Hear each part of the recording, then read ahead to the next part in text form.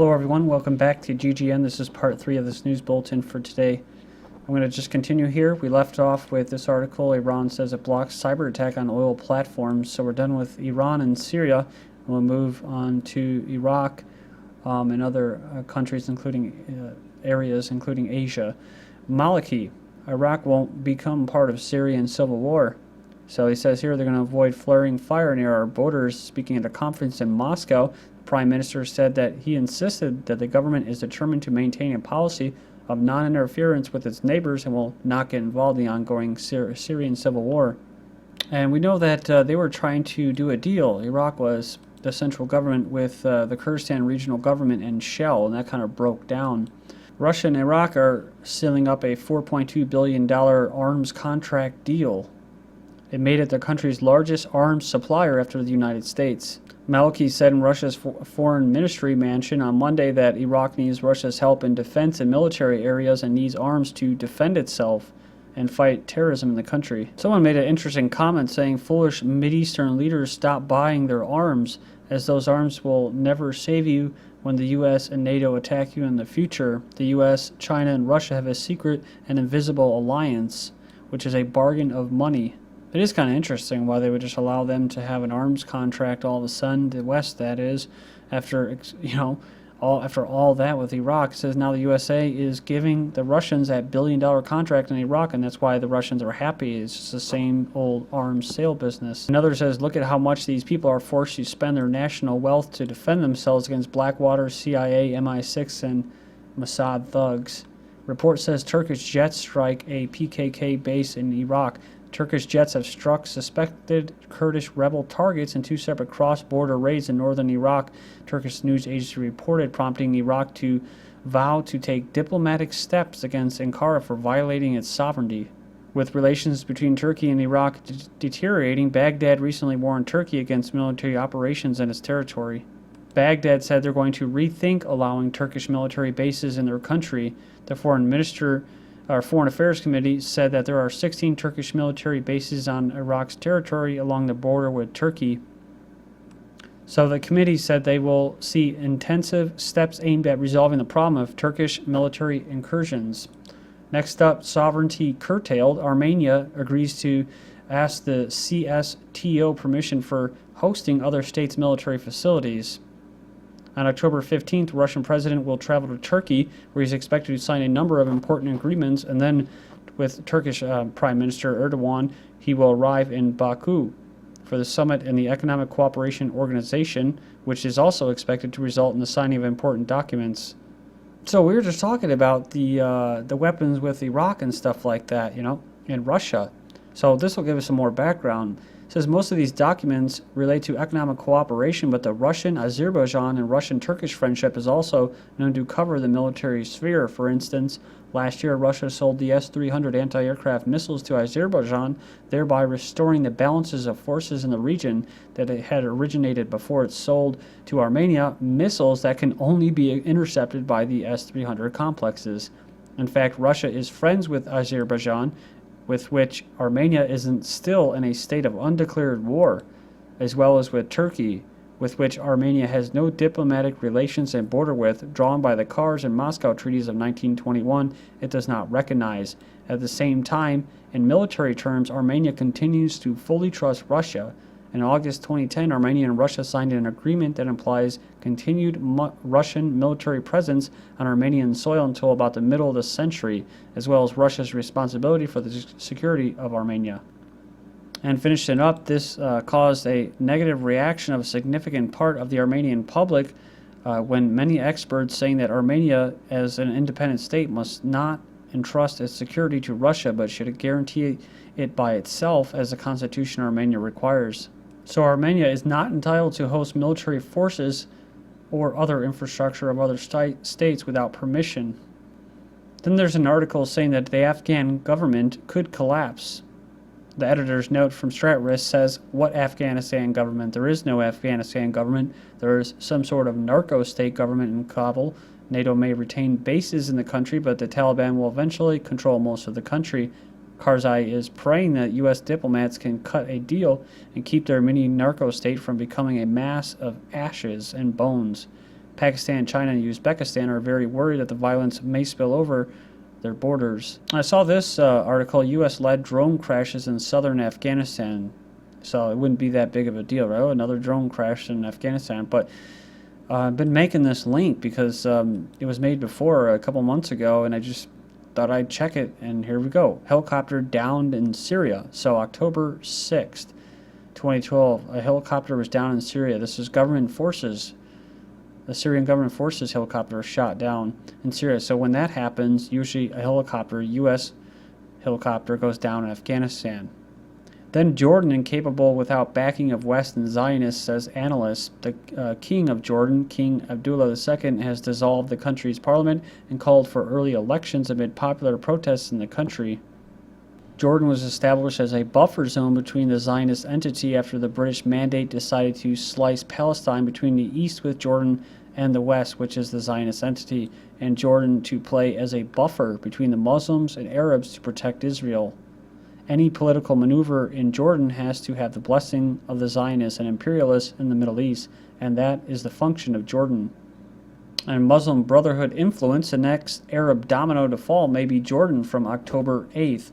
This other article is from October 7th.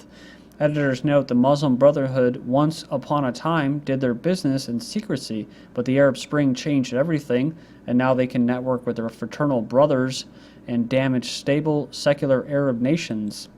This is what Webster Tarpley calls fellow travelers, right? Foreigners, foreign mercenaries and all that. This cannot sit well with the bureaucrats and policy wonks in Washington and, of course, our buddies at Brookings Institute and think tanks. In their eyes, this is a national security threat. The Muslim Brotherhood is one of the largest groups in the Arab world. They have just begun to move, and now Egypt is under their control. Followed by Egypt and Syria, the Muslim Brotherhood is trying to overthrow another secular regime, King Abdullah II of Jordan, perhaps the most moderate in the Arab world. The king recently agreed to the dissolution of the parliament in early elections, but that is not enough. They seek a change of government which the monarch would remain purely symbolic function and that the real power would go to the premier Islamists. Of course, this will have disastrous consequences on the U.S. and Zionist Israel. Remember this article. And then to Central Asia, we have Kyrgyzstan. The Kyrgyz police repel protesters seeking the ouster of the government. This is from October 3rd. Then I found a newer article on Kyrgyzstan. Their opposition MPs charged with attempted coup over gold mine. So the MPs are awaiting trial and may face up to 20 years in jail. The defense lawyer slams the charges as politically motivated, right? Passions simmer in Kyrgyzstan's restive south, and attacks on Canadian firm may scare foreign investors. So the Kyrgyzstan court charged 3 opposition nationalist members of the parliament with attempting to stage a coup after they led a crowd which try to storm the government headquarters in a protest over the Canadian-owned gold mine. Calls to nationalize the largest gold mine operated in Central Asia by the Western-based concern risk scaring off potential investors needed to revive a shrinking economy. And then to Africa, sorry to skip around here, but Libya, shadow fighting erupts over Gadhafi, saying that it's a hellhole right now. Civilians in the town of Bani Walid are facing a humanitarian crisis as Libyan security forces lay siege to the stronghold of Gadhafi's supporters, cutting off water, food, and medical supplies. Then we have local doctors told Amnesty International on October 4th that 3 vehicles carrying medical supplies, oxygen, medical personnel were prevented from reaching the city by a group of armed men who set up a checkpoint on the main road from the capital of Tripoli. Residents said that the vehicles carrying petrol, water, and food supplies from the capital have also been turned back at the same checkpoint in the previous 4 days. These people have given Libya a lot of problems, and the town has been infiltrated by foreign elements. The bad blood between Mizrat and Bani Walid goes back to the revolution when people from the 2 towns fought on different sides. Mizratans fought to overthrow Gadhafi's government and fought against Bani Walid loyalists to Gadhafi. This is following the kidnapping of a number of Mizratans in Bani Walid, which Bani Walid loyalists say it's in retaliation for the abduction of hundreds of men from their town. A number of bloody confrontations between the 2 cities averted at the last minute following high-level government intervention. I wonder if that's those CIA or the Marines or the Delta Force on the ground. More than 1,000 soldiers from the revolutionary brigades from across Libya, heavily supported by Mizratan brigades, have joined the National Army at 4 camps surrounding the Gadhafi stronghold, with commanders preparing for military assault. Residents of the besieged city are begging for international intervention. Are they going to get it? I don't know. From the looks of it, like I covered in the last videos, the U.S. is pulled out, man. They're out of there. They've been left, documents behind. So according to the Libya Herald, the petitioners claim that pro-government armed militias were trying to indiscriminately kill large numbers of people in Bani Wali because of the city's history and support of Gadhafi.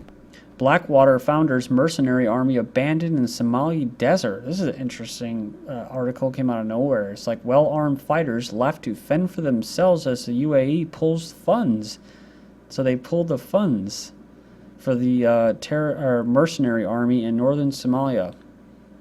It says the UAE has gotten sick of throwing money at the operation and pulled the plug. So the mercenaries are sitting in a secret desert base with potentially millions of dollars and heavy weapons illegally smuggled into Somalia and nothing to do. This is crazy. It says they won't likely stay on that base for long, as those familiar with the situation say the fighters, who were not ideologically motivated to join the anti-piracy fight in the first place, are liable to take their weapons and head out looking for new employers, with pirates among the likely bidders. Then I saw this article. Al-Shabaab preparing for a last stand in Mogadishu, says sources. Says Al-Shabaab fighters are making a desperate last stand in the Mogadishu area. The sources say the militants have nowhere to run or being forced to flee from many towns. They decide to launch an attack on the troops of the AU and the transitional federal government. I was about to say transnational, right? Yeah, I can't confuse them with Libya's regime change and Syria's regime change. It's all the same thing, right? These transitional or transnational militias and governments. It says tensions are running high in the city, and it appears that the Al-Shabaab fighters are ready to go out in a blaze of glory if necessary. So I found it interesting that Blackwater and their mercenary army is abandoned in the Somali desert, and then all of a sudden Al-Shabaab is going to get one last fight here. U.S.-backed Nigerian military kills 30 civilians. Nigerian forces killed 30 people with heavy machine guns and set fire to up to 50 homes and businesses in the area. It says that the U.S.-supported Nigerian soldiers killed up to 30 people on Monday using assault rifles, heavy machine guns mounted on armored personnel carriers. The killings occurred in the northern city and the spiritual home of Islamist sect Boko Haram, and while reportedly a response to a bombing earlier Monday that killed a lieutenant. That's what the response was to a bombing, so they just went around and started killing everybody. They went on and said that an AP reporter counted the dead while on tour of the still smoldering neighborhood. They saw no weapons or evidence that the dead belonged to a sect. The killings likely will further antagonize the population already alienated by checkpoints, security force harassment, and the threat of being killed by soldiers who are targets for the sect's increasingly bloody guerrilla attacks. And at first they said that the report said that they went around whipping people, and then eventually I guess that wasn't fun enough, so they went around and just started shooting people, lighting stuff on fire. Philippines. U.S. start 10-day joint drill in Luzon Island. So you have U.S. and Philippine Marines simulating an amphibious landing during a joint drill in the beaches. So the American and Philippine Marines have launched a joint maneuver in the northern island of Luzon amid a territorial dispute between the South Asian country and China. So it went on down here, and it says that technological advancement is at the heart of its goal. It also said that that part of these disputes are over rich energy deposits in the South China Sea. Now, Afghanistan, we're talking about how it's failing and stuff like that, has to do with minerals, right? Rare minerals, stuff like that. And the West wanting to compete with China over technology and stuff like that, producing all these little gadgets. Of course, when that actually starts to occur in the West, well, you have a bunch of desperate workers who are ready to work like nothing for nothing, right? I saw a term or a word used. It was called China being the workshop of the world. You could say what? Sweatshop of the world. So they want U.S. to get in on that, so they had to bring down our standard of living eventually so that we'll be able to do this same stuff. North Korea's leader says they can hit the U.S. mainland with it. This is in response to the U.S. giving South Korea permission to extend the range of its missiles. The target being, of course, China and Japan, who are wary of the move. 53rd Tibet has self-immolated And the poet-writer killed himself to protest against Chinese rule. Even 4 Tibetans have been jailed for reporting on the self-immolation. And if you do survive a self-immolation, they'll haul your charred body off to a jail cell. Venezuela outmaneuvers Western designs to overthrow national sovereignty. Obama honors Hugo Chavez? No, Cesar Chavez. To redirect attention. Thank you.